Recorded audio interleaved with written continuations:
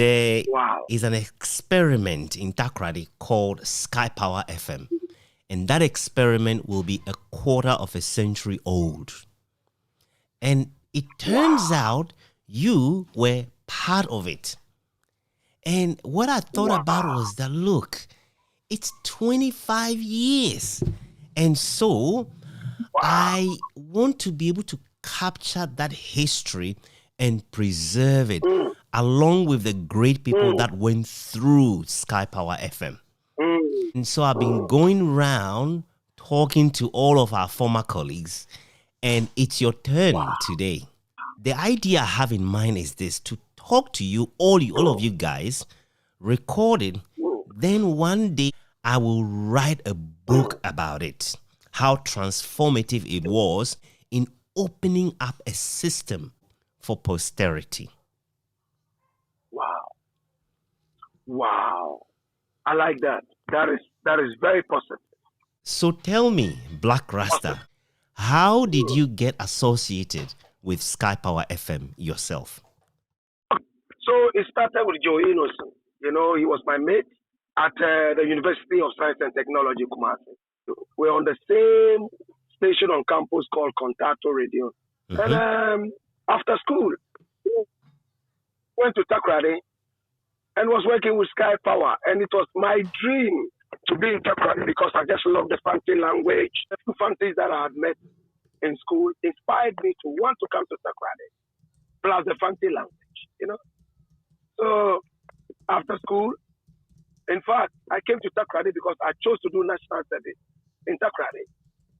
And I told Joe Innocent that I was coming. So he hosted me in his house, at least for 1 week. Whilst I was in the house, I told him how much I wanted to be on radio, and he already knew what I could do on radio. At that time, he was the programs manager of Skyy Power. He put me on. That was my first experience of radio in Takoradi. In a professional setting? Yes, I mean in Takoradi. Yeah. In Takoradi. Yes, but I mean, of course, done the radio for several years whilst I was on campus. But in Takoradi, my first experience was with Skyy Power. And it was a beautiful experience. Considering the fact that Skyy Power was the only private radio station in Takoradi at that time. It was beautiful and very prestigious. So tell me, which year was this when you came to Takoradi to join Skyy Power FM? This was 2001. This was 2001, and unfortunately, my stint with Skyy Power lasted only 1 week. It lasted only 1 week because the CEO at that time,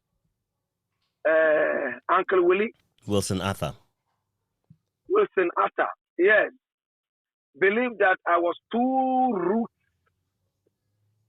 for his radio. He wanted me to do some lovers rock, softer reggae, you know, and I was more interested in the roots reggae, roots as in traditional reggae, conscious reggae, what we call cultural reggae. You know, the one that will afford me the opportunity to speak patois, to talk about issues relating to the development of our country and beyond, to criticize and be criticized, you know, like that. He wasn't too interested in that. And he tried me on a lovers rock, which I did, but it certainly was not my mainstay. So he told me that, well, he wasn't really satisfied with my lovers rock. And he didn't intend doing roots reggae. So that was how my stint with Skyy ended in just 1 week. But the story continues. I waited till after about a year when I joined Good News FM, and I was giving Skyy Power a run for their money. That was when Willie realized that, oh my God, we had lost this gem. So he came back, wanted me to return to Skyy, but according to him, Joe Innocent said no. And that was the end, sadly. But trust me, Skyy was a very beautiful experience, very prestigious, especially with people like you, whose program I listen to almost every time. In fact, every weekend, the whole city was locked with your program, your weekend show, I remember. The news review. With Captain Sowu, the news review, Jesse, and, all those people were there. An authentic newspaper review of my life. You hosted it nicely. We listened to this program. I listened to the program religiously. It was so beautiful. And for me, it was the biggest program on Skyy. Trust me. Because I listened to it regularly and I got a lot of information. And the way you handled it, I am shocked to hear that, in fact, whilst hosting it, you were Jehovah's Witness a member and still one of Jehovah's Witnesses. Because the way you handled it didn't show at all. There was no biasness, nothing at all. And I must say that you handled it so professionally. And in fact, it has inspired me even more. In fact, I was given my very first juicy offer. Wilson, after decided to give me a very good accommodation, he gave me a car. At that time, I felt very fulfilled because, hey, this was a guy who came fresh from the university. He was rejected. You see, I think destiny-wise, Skyy was not supposed to be a place I was supposed to work at, because when I first came and started playing, Wilson and his wife were so excited that the taxi drivers were telling them, hey, there's this presenter that you are playing at night. He's crazy. We like his show, blah, blah, blah. So I thought that I had got the job, only for them to come back and tell me I was too rude. And for that matter, that chance had been flunked. And that was the end of it. So when he wanted me to come back to Skyy, one, I felt fulfilled that I'd been able to prove my point that I was good. But I couldn't go because Good News had invested so much in me and brought out the fire in me, just for me to leave and go to another station. My conscience didn't serve me right. So I stayed with Good News. I didn't go back to Skyy. So let me get it right. So Joe Innocent brought you initially and you lasted for 1 week. And then later on, Wilson wanted you to come back.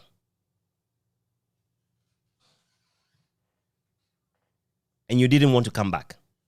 Because Joe Innocent was my mate at the gender, and when I came to do my national service, I told him, that is what I do with you. I want to be on Skyy. And they gave me the opportunity after I spoke with Wilson. Joe Innocent was the program director then. So I got the opportunity. I came on radio on Skyy, played my roots reggae. Everybody in Takrady who listened to the program liked it for the 1 week that I stayed. But for some interesting reason, they came back and told me I was too roots, better still radical with the reggae.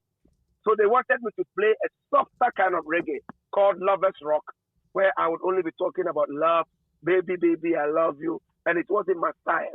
When I tried it for 1 day, they came back and told me, they didn't really feel my Lovers Rock.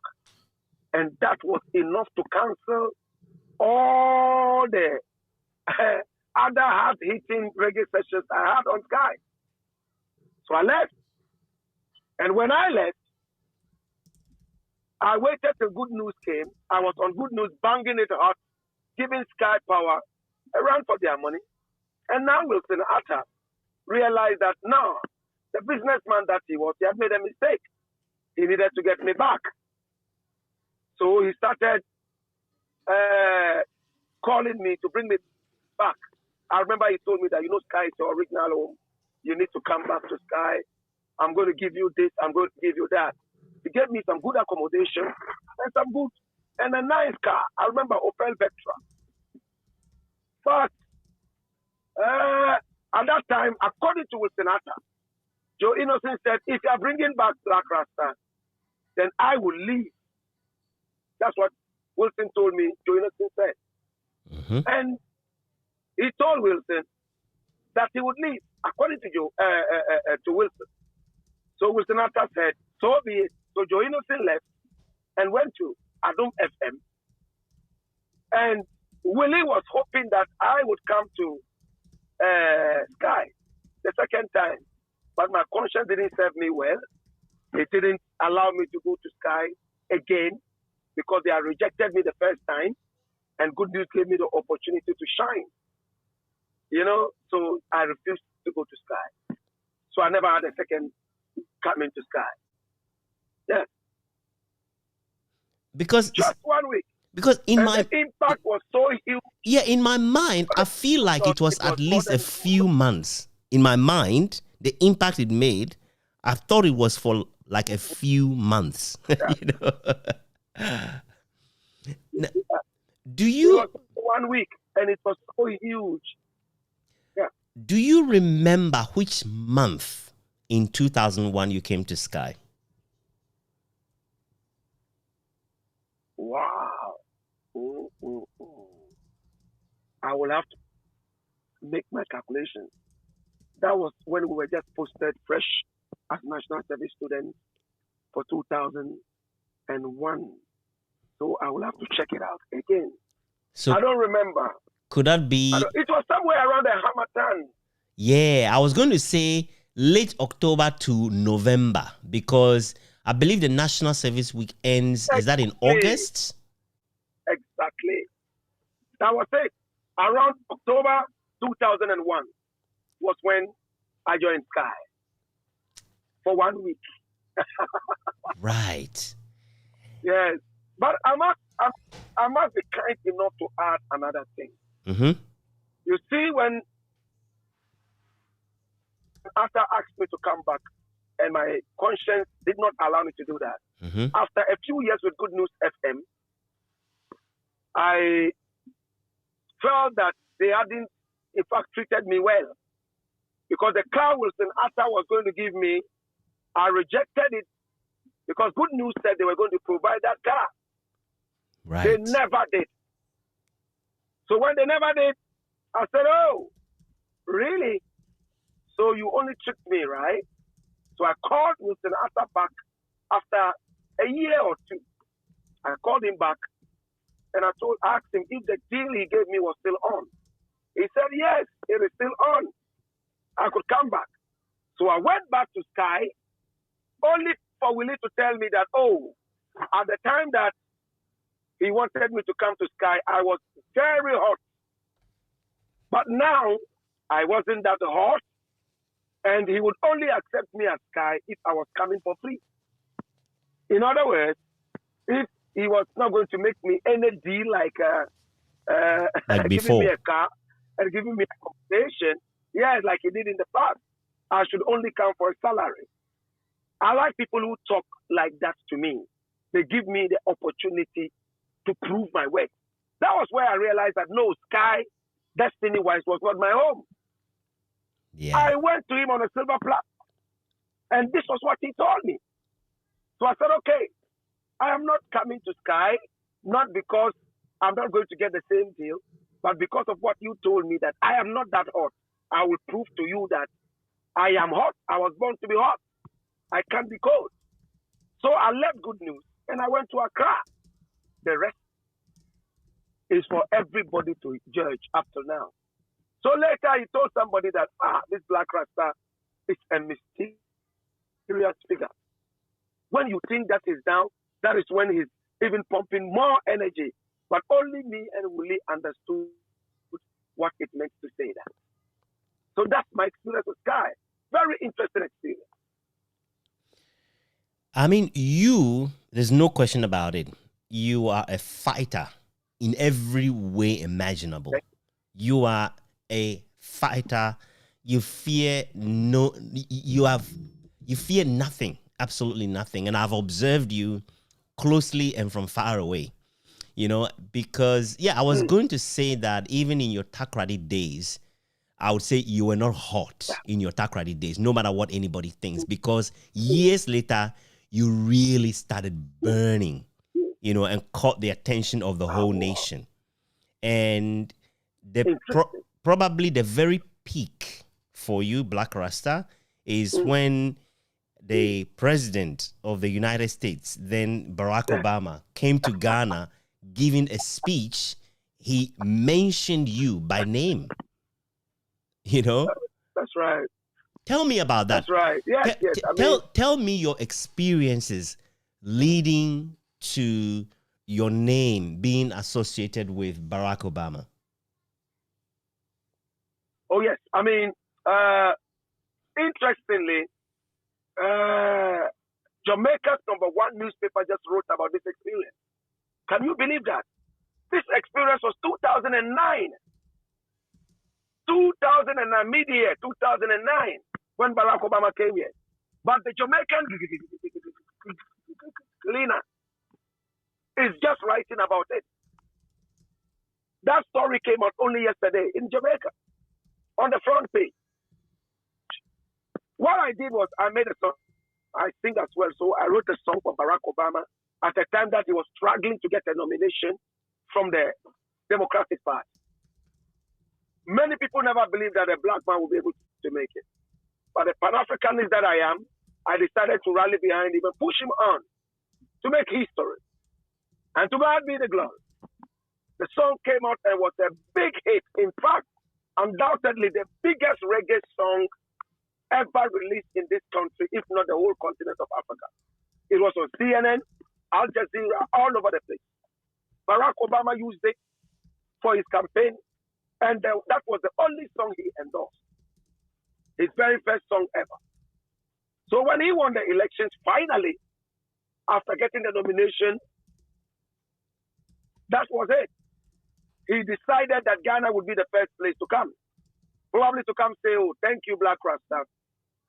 And when he arrived at the airport, he made it clear. Where is the young man who made the song for me? I need to meet him now. And they called me, and I went and met with Barack Obama. It was so interesting and nice. We took pictures together, and he made me so, so happy. I will never forget that day. Never. Never. That was how it happened.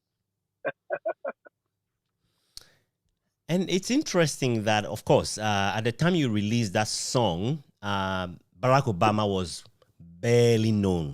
You know, when he announced his original campaign in February 2007, from memory, he wasn't really known at all, you know. So You're right. the fact that you decided to release a song for him from you know, thousands of kilometers away says something. What made you do that? Okay. All right. You're right. You know, 2007, when he came out, I did not even know him. I just heard a politician on radio saying that, oh, there's a guy in America, a black man who wants to be president, and the way he's doing his thing, he's doing that right, blah, blah, blah. His name is Barack Obama. When I heard the name, it sounded like magic in my ears. Barack Obama. Hey, what kind of name is that? It doesn't sound American at all. What name is that? So I just read a little bit about him. And on my way out that day, that same day, I met Zap Mallet. And he told me, oh, I have a new studio here. Would you want to come and record? Come. It's new, so not many people know that I am here now. Come. So we went in there, talking. And then he started to play the keyboard and asked me if I had a song to record. I said, well, I started composing this just this morning. He said, sing it. When I sang it, oh, he loved it. And then he said, oh, this is a good song, but he stopped playing the keys now, and we went into a serious debate. He already knew about Obama because he's so much interested in American politics. So he now told me about Obama. We debated and blah, blah, blah. At the end of the day, bam, we recorded the song. Philip, you'll be shocked that song was finished that same day. We finished the song that same day. He did the mix and everything the next day. And we just released it. To be honest with you, I didn't expect much from it. Mine was just to let it flow. Let the people know that Blakk Rasta also supported the black guy. And it came out to be my biggest song. I mean, at least in terms of publicity, in terms of the fan base, in terms of even the achievement. come, I supported Obama and made that song. Yeah. And Zap Mallet, another great man in his own right, isn't he? Yes, he's a legend. Yes, he's a great guy. The guy who has recorded a lot of artists in Ghana, and he's a legend. I call him the legend. He's made more hits than any producer in Ghana. I mean, you don't need to blink an eye on that. No. So Zap Mallet himself, and I love Zap because he's so well read, and he also attended University of Science and Tech. So I mean, we went to the same university, so we have a lot to talk anytime we meet. And Zap, one thing about Zap I like also is the fact that he will not just produce the music, but he will make sure that your lyrics are factual.